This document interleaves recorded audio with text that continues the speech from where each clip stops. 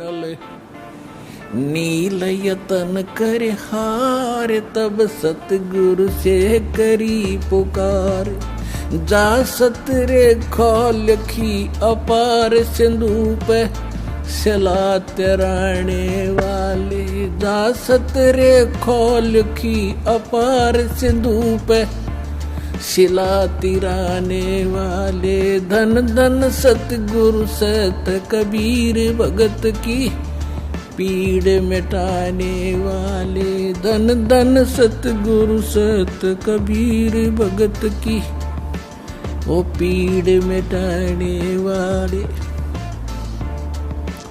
नल नील ने जब याचना की हृदय से, हे भगवान गलती बन गई, आपके हाथ में इज्जत है हमारी, तो उसी समय परमात्मा वहां प्रकट हो गए। थोड़ी सी दूरी पर सबने देखा कि वो कौन आ रहा सामने।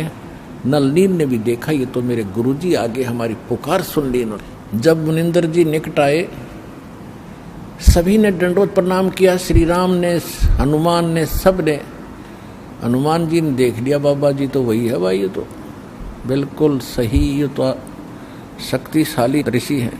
लेकिन उस समय और वार्ता करने का समय नहीं था, जो समस्या थी वह उनके सामने अड़ी हुई थी। तब श्री रामचंद्र जी ने मुनिंद्र ऋषि से अर्ज की थी, भगवान आज हमारे सामने ये समस्या आई है, अभिमानी रावण हमारी याचना नहीं मान रहा है। हमने उसे खूब दूत भेजकर, अंगद को, हनुमान जी को, सबको भेजकर उससे प्रार्थना कर ली है, इसको लौटा दे मेरी पत्नी को, वो माना नहीं। अब नहीं माना तो हमें युद्ध करना पड़ेगा और उसके लिए रास्ता चाहिए समुद्र पर। समुद्र रास्ता दे नहीं रहा। इसने विधि बताई कि आपके शिष्यों के पास यह शक्ति थी, मेरा दुर्भाग्य कि आज इनके हाथों में भी शक्ति नहीं रही। तो परमेश्वर ने कहा कि आज के बाद इनके हाथों में यह शक्ति रहेगी भी नहीं। इन्होंने बहुत बड़ी गलती की है, जो हम मैं रोज बताता हूं कि अभिमान से भगवान कोसों दूर है, और इतने दिन के बाद इतना दुख था इनके ऊपर, इन्होंने फिर बकवास कर दी। अब इनके पास यह शक्ति नहीं रही। तो श्री रामचंद्र जी ने कहा कि हे ऋषिवर, मेरी समस्या का समाधान करो। जब आप अपने बच्चों को, अपने शिष्यों को आशीर्वाद दे सकते हो शिला तिराने का, तो आप खुद भी कृपा बख्श सकते हो, मेरे लिए लंका में जाने का रास्ता बना दो। तब परमेश्वर ने कहा ठीक है भाई, मेरा वचन है तेरे बाप तय। परमेश्वर ने कहा था कि तेरे बाप से मेरा वचन है कि तेरा पुल बनवाऊंगा। अब ये रामचंद्र जी का समझ में नहीं आई कि मेरे बाप से और क्या वचन है इनका, क्या वायदा है।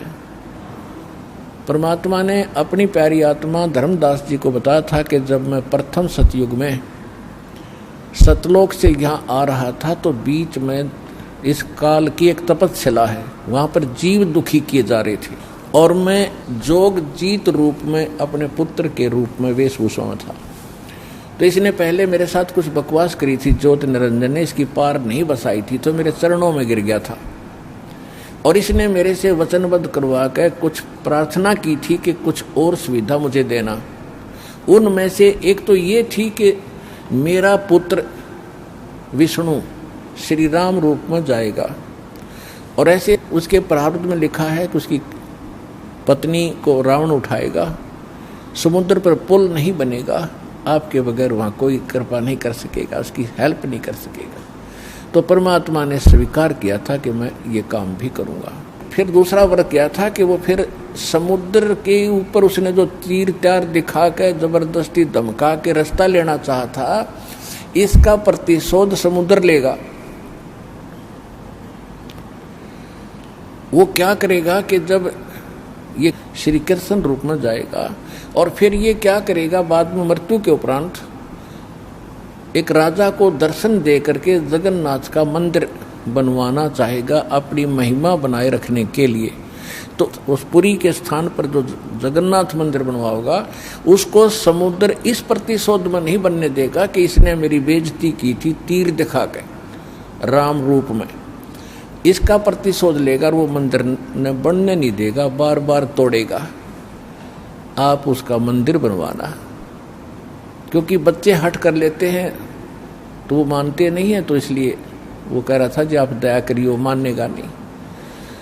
तब परमेश्वर ने कहा था तथास्तु। और भी कई चीजें कही थी कि दूसरा ये मांगा था कि 3 युगों में जीव थोड़े पार करना, क्योंकि परमात्मा ने कहा था कि मैं कलयुग या तेरे नीचे के लोकों में जाऊंगा और तूने सबको मिसगाइड कर रखा है, सच्चा भगवान सच्चा ज्ञान छुपा रखा है, मैं सच्चाई बताऊंगा और सबको ज्ञान दूंगा, ऐसी भक्ति और नाम दूंगा, सभी तेरे लोक से पार होकर सतलोक जाएंगे।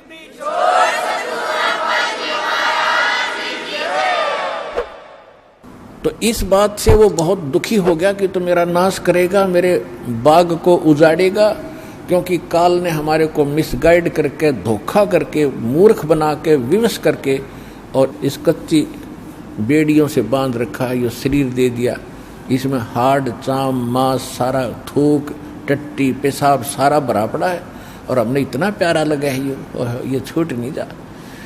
परमात्मा कहते इतना बढ़िया शरीर दूंगा, वहां जाकर ना नाड़ी होगी, ना नस होगी, ना कोई बीमारी, ना हारी, ना कोई बीपी हाई, ना लो होगा।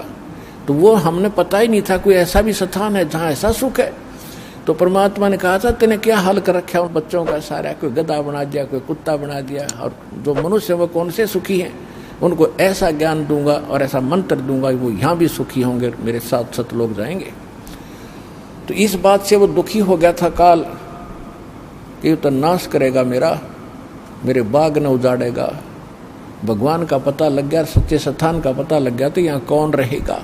तो तब उसने चरणों में गिर के रा करके कबीर भगवान से याचना की थी कि 3 युगों में जीव थोड़े ले जाना और चौथे युग में आप कितने ले जाना।